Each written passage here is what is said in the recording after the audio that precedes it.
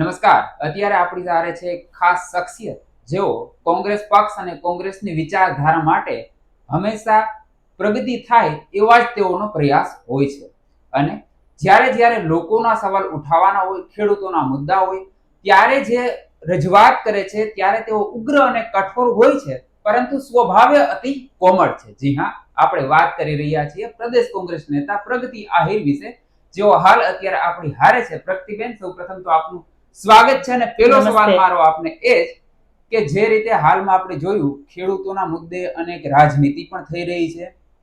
ખેડૂતોમાં કેટલાક મુદ્દાઓને લઈને રોષ છે અને જેને લઈ તેઓ આંદોલનના માર્ગે છે. પરંતુ ગાંધીનગરની જે મેટર આપણે જોયું, ગાંધીનગરનો જે કિસ્સો જોયો, જ્યાં આમ આદમી પાર્ટી અને કોંગ્રેસ જો બંને સાથે રહ્યા હોત તો પરિણામ સારું આવી શકત એવું જાણકારોનો મત છે. આ અંગે તમે શું કહેશો? પહેલી વાત તો હું એ કહીશ પ્રતિકભાઈ કે કોંગ્રેસ પક્ષ છે કાયમી ખેડૂતોની પડખે ઊભા વાળો પક્ષ છે. જે સમયમાં ખેડૂતોને રિયલી એવી જરૂર હતી કે એમના દેવા માફી થવા જોઈએ, ત્યારે યુપીએ અને મનમોહનજીની સરકારમાં ખેડૂતોના દેવા માફ થયા છે. રહી વાત આપણા જે આંદોલનની, હું ખુદ એ આંદોલનમાં હતી, હાજર હતી. એ જ્યારે આંદોલનની શરૂઆત થઈ કે આંદોલન માટે ગામડે ગામડે ખેડૂતોને મળવા જવું હોય, ત્યારે મજબૂતીથી એક વાત રાખેલી હતી કે કિસાન કોંગ્રેસ અને કિસાન સંગઠન છે સાથે મળી અને આંદોલન કરી રહ્યા છે. એમાં તમે જુઓ તો પાલભાઈ આંબલિયા હોય, જિગ્નેશભાઈ મેવાણી હોય કે અમારા સેવાદળના અધ્યક્ષ માનીય લાલજીભાઈ દેસાઈ હોય, એ ત્રણેય કોંગ્રેસના સિમ્બોલ સાથે છે. દરેક ગામડાઓના પ્રવાસમાં એ ત્રણેય સાથે રહેતા હતા. એટલે ખેડૂતોને ખબર જ હતી કે કોંગ્રેસ સાથે છે, કોંગ્રેસના ટેકાથી આ ખેડૂતનું જે આંદોલન થઈ રહ્યું છે. પણ જેમ ભારતીય જનતા પાર્ટીની બી ટીમ હોય અને હવનમાં હાડકા નાખવાનું કામ કરતી હોય, એવી રીતે આમ આદમી પાર્ટીએ આવી અને આખા માહોલને બગાડવાનું કામ કર્યું છે. પણ આપ જાણો છો એમ પ્રતિકભાઈ કે કોંગ્રેસ છે કાયમી માટે એવું ઈચ્છે છે કે ગાંધીનગરની પરમિશન નથી મળી તો ખેડૂતોને ગાંધીનગર લઈ જવા, લાઠીઓ ખવડાવવી, ગોળીઓએ દઈ દેવા, એવામાં કોંગ્રેસ નથી માનતી. હળદરમાં આપણને સૌને ખ્યાલ છે કે આમ આદમી પાર્ટીએ શું કર્યું કે ખેડૂતોને પણ જેલમાં જવું પડ્યું, લાઠીચાર્જ ભોગવવો પડ્યો. કોંગ્રેસ એ બાબતમાં નથી. ગાંધી ચિંધ્યા માર્ગે આંદોલન કરી અને ખેડૂતોને ન્યાય મળે એ બાબતમાં છે. સરકાર સાથે પણ વાતચીત ચાલતી હતી. સરકાર દ્વારા પણ એવું સ્વીકારવામાં આવ્યું કે અમુક જગ્યાએ અમારા કલેક્ટરોની ભૂલ છે.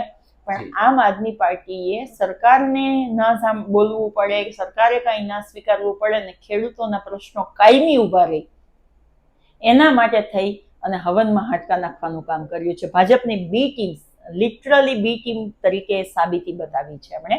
બાકી કોંગ્રેસ તો આજે પણ ખેડૂતોની સાથે મજબૂતીથી છે. આવનારા દિવસોમાં અમે ખેડૂતોની માટે થઈને પદયાત્રા કરી રહ્યા છે અને ખેડૂતોને વિશ્વાસ છે કે કોંગ્રેસ પક્ષ છે તો અમારું ક્યારેય કંઈ ખરાબ નહીં થાય ને અમારો હાથ પકડશે. અચ્છા, જે રીતે તમે કહી રહ્યા છો કે ભાઈ કોંગ્રેસ હંમેશા ખેડૂતોની સાથે છે અને રહેશે, તો આગામી 30 તારીખે આઈ થિંક એક આંદોલનનું એલાન અપાયું છે. તો આ આંદોલનનું વધુ અસરકારક પરિણામ આવે તે માટે કેવા પ્રયાસો છે કોંગ્રેસના? ચોક્કસથી આવનારી 30 તારીખે અમે જે પદયાત્રા કરી રહ્યા છે એ પદયાત્રા જ્યાં જ્યાં ખેડૂતોના ખેતરમાં વીજળીના ખંભાઓ નાખી દેવામાં આવ્યા છે એ તમામ ગામોને આવરી અને એક પદયાત્રા કરીશું, જેથી કરી અને ખેડૂતોને પણ ખ્યાલ આવે કે આમ આદમી પાર્ટી છે એ આખો માહોલ બનેલો હોય એને તોડવા માટે આવે છે, જ્યારે કોંગ્રેસ છે તમારા માટે રસ્તા ઉપર છે. અને ખેડૂતોએ પણ સમર્થન આપ્યું છે. ખેડૂતોના વિશ્વાસથી અને એમની સાથે જોડાઈને જ આ કિસાન કોંગ્રેસ સમિતિ અને કોંગ્રેસના લોકો અને ખેડૂતો બધા સાથે મળી અને આ પદયાત્રા કરી રહ્યા છે. અને ચોક્કસથી હું કહું છું કે સરકારે એ બાબતમાં વિચારવું જ પડશે અને ખેડૂતોની પડખે ઊભું જ રહેવું પડશે. બાકી એ આંદોલનો આ દિવસે દિવસે ઉગ્ર થતા જશે અને એમાં ગાંધી ચિંધ્યા માર્ગે જશું, જેમાં ખેડૂતોને કોઈ યાતનાઓ સહન ન કરવી પડે. કેમ કે ઓલરેડી એક ખેડૂતની દીકરી છું એટલે હું સમજી શકું પ્રતિકભાઈ કે ખેડૂતની કેટલી તકલીફો હોય છે. અત્યારે તમે જુઓ તો વરસાદ પડવો જોઈએ પણ પડ્યો નથી, એટલે ખેડૂતની જે નજર છે એ અત્યારે આકાશ ઉપર જ હશે કે ક્યારે વરસાદ પડશે ને ક્યારે વાવણી થશે. તો એ ખેડૂતોની યાતનાઓને સમજી શકીએ અને બીજી યાતનાઓ દેવા નથી માંગતા. એટલે ગાંધી ચિંધ્યા માર્ગે ચોક્કસથી અમે ખેડૂતોને ન્યાય અપાવીને રહીશું. અચ્છા, પ્રગતિબેન, જે રીતે સરકાર હંમેશા ખેડૂતોના હિતની વાતો કરતી હોય અને આમ પણ ખેડૂત આપણા રાજનીતિમાં ક્યાંક ને ક્યાંક અવારનવાર ચર્ચાનો વિષય હોય છે. વોટ બેંક માટે પણ અનેક વખત ઉપયોગ લેતા હોય છે. તો હાલની સરકારની વાત કરીએ તો ખેડૂતો પ્રત્યે કેટલી સંવેદનશીલ છે, તમે શું કહેશો? શબ્દોમાં ને સ્લોગનોમાં સંવેદનશીલ દેખાય છે પ્રતિકભાઈ. જી. બાકી આ એ સરકાર છે કે જે નરેન્દ્રભાઈ મોદીએ 2014ના ઇલેક્શનમાં એવું કહ્યું હતું કે અમારી પહેલી જ કેબિનેટમાં ખેડૂતોના દેવા માફ થશે અને 2022માં તો ખેડૂતોના ખેતરમાં લીલા લહેર હશે. આપણે જોઈએ છે કે આજે ખેડૂતોએ રસ્તા ઉપર ઉતરીને આંદોલન કરવા પડે છે. એ ભારતીય જનતા પાર્ટી છે કે જેમણે ખેડૂતોની ઉપર 3 કાળા કાયદા લાદી દીધા હતા. ત્યારે માનનીય રાહુલ ગાંધીજી, માનનીય કોંગ્રેસ પક્ષના તમામ નેતાશ્રીઓ અને માનનીય તમામ વિરોધ પક્ષના નેતાઓએ વિરોધ કર્યો. ખેડૂતો રસ્તા ઉપર ઉતર્યા, રસ્તાઓ બ્લોક કર્યા, ત્યાં ખેડૂતોને ગોળીએ દઈ દીધા, પાણીની બોછાર કરી, લાઠીચાર્જ કર્યા, ખિલ્લાઓ ખોડી દેવામાં આવ્યા રસ્તામાં. છતાં પણ ખેડૂતોય ના ડગમગ્યા કે ના વિરોધ પક્ષ ડગમગ્યો. એમાં એણે એ 3 કાળા કાયદા પાછા લેવા પડ્યા. આજે પણ કોંગ્રેસ પક્ષ કહે છે કે ખેડૂતોના સન્માનની વાત થતી હશે તો અમે તમારી સાથે છે. ખેડૂતોના દેવા માફી કરો. જ્યાં જ્યાં કોંગ્રેસની ગવર્મેન્ટ છે ત્યાં ખેડૂતોના દેવા માફ કર્યા છે, ખેડૂતોને રાહત આપી છે.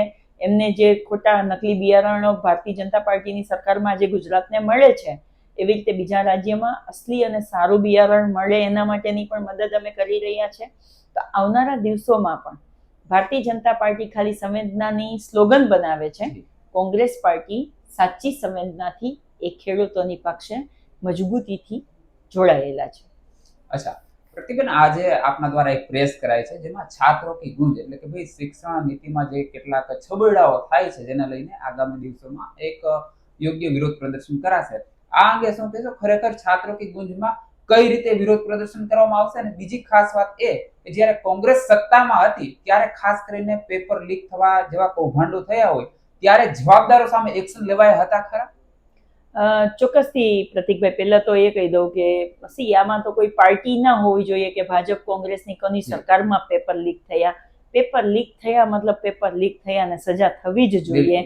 કોંગ્રેસની સરકારનું તમે પૂછ્યું છું એટલે કહું છું તમને કે 2008માં રેલવેનું પેપર લીક થયું ત્યારે 8 આરોપીઓને સજા કરવામાં આવી હતી. એ પહેલા કર્ણાટકાનું એક પેપર લીક થયું હતું 2016માં, ત્યારે 17 આરોપીઓને સજા કરવામાં આવી હતી. એના પછીના એક CBSEનું પેપર લીક થયું હતું તો એમાં આજીવન કેદની આરોપીઓને સજા કરવામાં આવી છે. એટલે કોંગ્રેસ પક્ષ કાયમી માટે યુવાનોની પડખે ઊભા રહ્યા છે. આપે જોયું હશે કે માનનીય રાહુલ ગાંધીજીએ યુવાનો માટે મજબૂત અવાજ ઉઠાવ્યો છે. નીટની એક્ઝામનું જે પેપર રદ થયું છે, તમે વિચાર તો કરો, ભારતભરમાંથી 22 લાખ સ્ટુડન્ટો એક્ઝામ આપવાના હતા. આપણા ગુજરાતની જ વાત કરીએ તો 80,000થી વધારે વિદ્યાર્થીઓ એ એક્ઝામ આપવાના હતા. એ પરિવારના કરોડો રૂપિયા ખર્ચાય છે. એમના રહેવા જમવાના, એમના આવવા જવાના ભાડાના, એમની સ્કૂલ ફી, એમની ટ્યુશન ફી, એમ કરીને 1.32 લાખ કરોડનો ખર્ચો થાય છે. ને એની સામે માત્ર 1.40 લાખ શિક્ષણ બજેટ આપે છે કેન્દ્ર સરકાર. એટલે સરકાર એમાં બતાવી રહી છે કે અમારે સરકાર શિક્ષણનો વેપલો કરવો છે, અમારે કૌભાંડો કરવા છે, અમારા મળતિયાઓના બાળકોને પહેલા આગળ લઈ જવા છે. પણ જે સાચી મહેનત કરે છે એના અરમાનો ઉપર પાણી ફેરવી દેવું છે, એમના મનોબળોને તોડી નાખવા છે. અને આપણે જોયું છે કે નીટ એક્ઝામ રદ થયા પછી 7 બાળકોએ આત્મહત્યા કરી છે, જેમના પરિવારે કરોડો રૂપિયા ખર્ચ્યા પછી પણ જો એ બાળકોને આત્મહત્યા કરવી પડતી, એ પરિવાર ઉપર શું વીતતી હશે, એ બાળકો ઉપર શું વીતી હશે, તમે સમજો. એ ફિલિંગને માનનીય રાહુલ ગાંધીજી સમજે છે. એટલે કોટામાં જ્યારે છાત્ર ગુંજનો પ્રોગ્રામ કર્યો ત્યારે વિદ્યાર્થીઓનું અદ્ભુત સમર્થન મળ્યું છે. અને રાહુલજીએ કહ્યું છે કે આ પાર્ટીથી પર જઈને આ યુવાનોનો અવાજ આપણે ઉઠાવવાનો છે. એવી જ રીતે ગુજરાતમાં અમે દરેક જિલ્લાઓમાં પ્રેસ કોન્ફરન્સ કરી છે છાત્રગુંજ માટે. છાત્રોનો જે એજ્યુકેશનનો ખર્ચો થાય એના કરતાં મોટું બજેટ કેન્દ્ર સરકારનું હોવું જોઈએ, એટલે હોવું જ જોઈએ, મળવું બી જોઈએ. કોંગ્રેસના સમયમાં સારી સ્કૂલો બનાવતા હતા, અમે સારા કાર્યાલયો નહોતા બનાવતા. એ કોંગ્રેસના સમયમાં જે ફરીથી મફતમાં અને સારું શિક્ષણ મળતું હતું એવું શિક્ષણ મળવું જોઈએ. કોઈ પણ પેપર લીક થાય અને કોઈ પણ પાર્ટીનો એ હોય તો તો એને એવી કોઈ અઘરામાં અઘરી સજા કરી અને આપણે દાખલો બેસાડવો પડશે એ માંગ છે. અને ખાસ કરી અને જે બાળકો નીટની એક્ઝામના પેપર લીક થવાથી જેના પરિવારના મનોબળ કે બાળકોના મનોબળ તૂટ્યા છે એમની સાથે મજબૂતીથી કોંગ્રેસ પક્ષ અને માનનીય રાહુલ ગાંધીજી સાથે અમે ઊભા છે. અને અમે આ આંદોલનને જો સરકાર નહીં સાંભળે, અમે ધર્મેન્દ્ર પ્રધાનનું રાજીનામું માંગી રહ્યા છે, શિક્ષણ મંત્રી. કેમ કે નાની એવી બાબત બને ને, હમણાં કોઈ હિન્દુ મુસ્લિમ વાળી વાત હોય કે જ્ઞાતિ જાતિના ઝઘડા હોય ને, તો ભારતીય જનતા પાર્ટીનો કોઈ પણ નેતા કે પ્રધાનમંત્રી ખુદ આવી અને મીડિયાની સામે બોલશે. પણ જ્યારે આ દેશના યુવાનોના ભવિષ્ય રોડાઈ જતા હોય, મનોબળ તૂટી જતા હોય, ત્યારે ભારતીય જનતા પાર્ટીનો એક પણ નેતા, કાર્યકર્તા કે પ્રધાનમંત્રી ખુદ આવીને એમ નથી કહી શકતા કે બાળકો તમે ચિંતા કરોમાં, હું તમારી સાથે ઊભો છું અને જે પેપર લીક કર્યા છે એને સજા કરશું. કાંઈ દર રવિવાર થાય એટલે સાંજે આવીને મનની વાત, સવારે આવીને મનની વાત કરવી છે. પણ લોકોના ને યુવાનોના મનની વાત તો સાંભળો તો તમને ખ્યાલ આવે કે એમના મન કેટલું પીડાઈ રહ્યું છે. એટલે કોંગ્રેસ પાર્ટી અને માનનીય રાહુલ ગાંધીજીએ મજબૂતીથી કહ્યું છે કે શિક્ષણનો વેપલો બંધ કરો, જે કૌભાંડો થાય છે એ બંધ કરો, અને યુવાનોના મનોબળને મજબૂત કરવા માટે અમારે રસ્તા ઉપર ઉતરવું પડશે. તો અમે રસ્તા ઉપર ઉતરીને એ યુવાનોને ન્યાય અપાવશું. પણ પ્રતિબેન, તમને લાગે છે લગભગ 22 જેટલા રાજ્યોમાં બીજેપીની સરકાર છે, આટલી મજબૂત છે, અને જો તમે શિક્ષણ મંત્રીનું રાજીનામું માગશો તો આ બાબતને ગંભીરતાથી સાંભળશે એવું તમને લાગે છે? ભારતીય જનતા પાર્ટી ખાલી બોલવામાં માહિર છે, એને સારા સારા ભાષણો કરતા આવડે છે, પણ જ્યારે સાંભળવાની વાત આવે ત્યારે એ આંખ આડા કાન કરી જાય, એમને દેખાતું પણ નથી અને બેરા થઈ જાય છે. એટલે તમે વિચાર કરો કે કોંગ્રેસની જ્યારે તમામ રાજ્યોમાં ગવર્મેન્ટ હતી, કેન્દ્રમાં મજબૂતીથી કોંગ્રેસ પાર્ટી હતી, વિરોધ પક્ષ જેવું તો કાંઈ જ નહોતું, ત્યારે પણ ખાલી એક ટ્રેન છે ને પાટા ઉપરથી ઉતરી જાય ને તો અમારા લાલ બહાદુર શાસ્ત્રી સામેથી આવીને એમ કહેતા કે હું રાજીનામું આપી દઉં છું. આખું મારી કોંગ્રેસના નેતાઓમાં હતી. નાનામાં નાનો કંઈ પણ બનાવ બને ને તો કોંગ્રેસના નેતાઓ સામેથી આવીને એમનું રાજીનામું આપી દેતા હતા, અને પછી આવી ભૂલ કોઈ પણ ન થાય ને એનું ધ્યાન રખાતું હતું. જ્યારે ભારતીય જનતા પાર્ટી તો મદનીમાં છે, પૈસા ભેગા કરવામાં છે. RSSની માનસિકતા અને ભાજપની માનસિકતા એ છે કે યુવાનો મજબૂત બનશે તો સવાલો પૂછશે, ખેડૂતો મજબૂત બનશે તો આપણે જે પ્રાઇવેટ કંપનીઓને મદદ કરવાની છે એ નહીં કરી શકીએ, મહિલાઓ મજબૂત બનશે તો એ પણ અવાજ ઉઠાવશે. અડધી આબાદી છે પણ એ કાંઈ ના થાય. એટલે યુવાનોને શિક્ષણમાંથી પતાવી દો, મહિલાઓની સુરક્ષાના નામે ઝીરો કરી દો, અને ખેડૂતો તો બિચારા બે પાંદડે કોઈ દિવસ થાય જ નહીં એવી પરિસ્થિતિ લાવી દો, એટલે કોઈ સવાલો પૂછવા વાળું રહી નહીં. અને જે RSSની માનસિકતાથી તમે જુઓ, અત્યારે કોલેજોમાં જેટલા બી વાઇસ ચાન્સલરો છે એ બધા જ RSSની માનસિકતા વાળા ભરી દીધા છે. કોઈ યુવાનો આંદોલન કરે તો એને સસ્પેન્ડ કરી દેવાના, એમનો અવાજ નહીં ઉઠાવવાનો. આજે એની માનસિકતા છે ને એ જ બતાવે છે કે દેશને એક અંધારા તરફ લઈ જઈ રહ્યા છે, જ્યાં યુવાનો અવાજ ના ઉઠાવી શકે ને. આ યુવાનોએ, આપણને ખબર છે કે પાછળના સમયમાં સરકારો બદલી છે, આ યુવાનોના આંદોલનથી સરકારોએ વિચારવું પડ્યું છે. તો હજી પણ અમે એક વોર્નિંગ આપ્યા છે ભારતીય જનતા પાર્ટીને કે તમે સુધરી જાઓ, બાકી આ યુવાનો અને ખેડૂતો રસ્તા ઉપર ઉતરશે તો તમારું આવી બન્યું.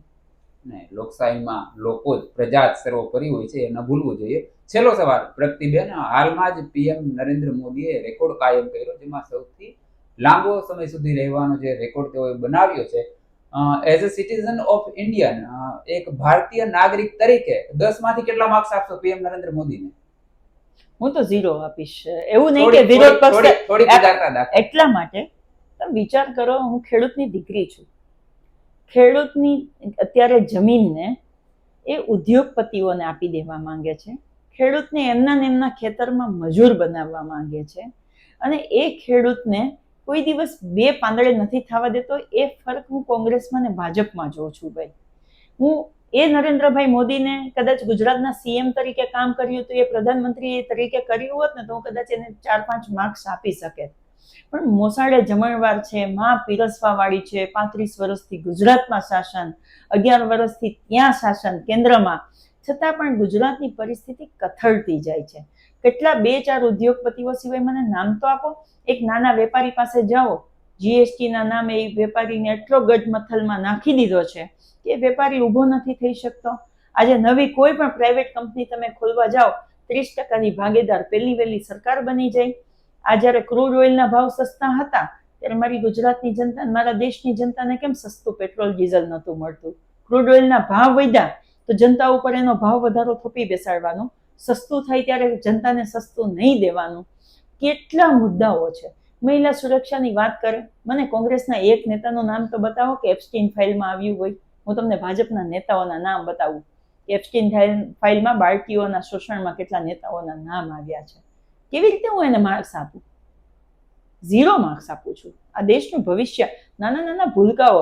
આજે પહેલા ધોરણમાં બાળકને ભણવા મૂકવું હોય ને ભાઈ, 1 લાખ રૂપિયા હોય ને ત્યારે એનું બાળક પ્રાઇવેટ સ્કૂલમાં ભણી શકે.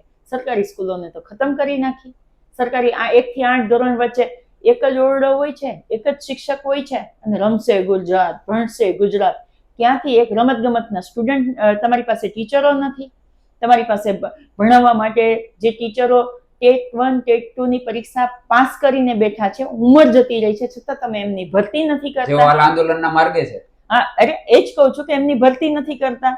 જેને આંદોલનો પોતાના હક માટે ભણી ગણી હોશિયાર બનીને પોતાના હક માટે લડવું પડે અને છતાં પણ એ લોકો ઉપર અત્યાચાર કરવામાં આવે, પોલીસને આગળ કરી દેવાની. આજે મારી પ્રેસ કોન્ફરન્સ, તમે કહ્યું એમ કે છાત્રગુંજના નામે એમ પ્રેસ કોન્ફરન્સ કરતા હતા, ત્યાં આઈબી વાળાને બેસાડી દીધા. કેમ તમે ત્યાં આઈબી વાળાને નથી બેસાડતા જ્યાં પેપર લીક થાય છે? ત્યાં કેમ તમે આઈબી વાળાને નથી બેસાડતા કે કોઈક ખેતરમાં કોઈક ખેડૂત છે એ આત્મહત્યા કરી રહ્યો છે? ત્યાં કેમ કોઈ ખેડૂતને નથી બેસાડ, તમારા આઈબી વાળા ત્યાં નથી પહોંચી જતા કે કોઈક દીકરીનો રેપ થતો હોય? ગુજરાતમાં ન બનતા બનાવો બને છે, ગેંગ રેપ થાય, 6 વર્ષની બાળકીઓ ઉપર નિર્ભયા જેવા કેસ બને છે અને ત્યાં તમારા આઈબી વાળા ના પહોંચે. પણ કોંગ્રેસની મિટિંગ હોય કે એની પ્રેસ કોન્ફરન્સ હોય તો તમારો આઈબી વાળો પહેલા વહેલા ત્યાં પહોંચી જાય ને તમને બધા રિપોર્ટ આપે. આ ક્યાંની લોકશાહી છે? લોકશાહી ખતમ કરવા અને સંવિધાનને ખતમ કરવા માટેની આ ભારતીય જનતા પાર્ટીને આરએસએસની માનસિકતા છે. પણ હા, સાંભળી લેજો ભારતીય જનતા પાર્ટીના આરએસએસ વાળા, જ્યાં સુધી કોંગ્રેસ પક્ષ છે ત્યાં સુધી તમારા મનસુબામાં અમે તમને ફાવવા નહીં દઈએ, તમારી મનુવાદી વિચારધારાને નહીં લાવવા દઈએ. અમે કોંગ્રેસ પક્ષ તરીકે જનતાના પક્ષે મજબૂતીથી ઉભા રહીશું.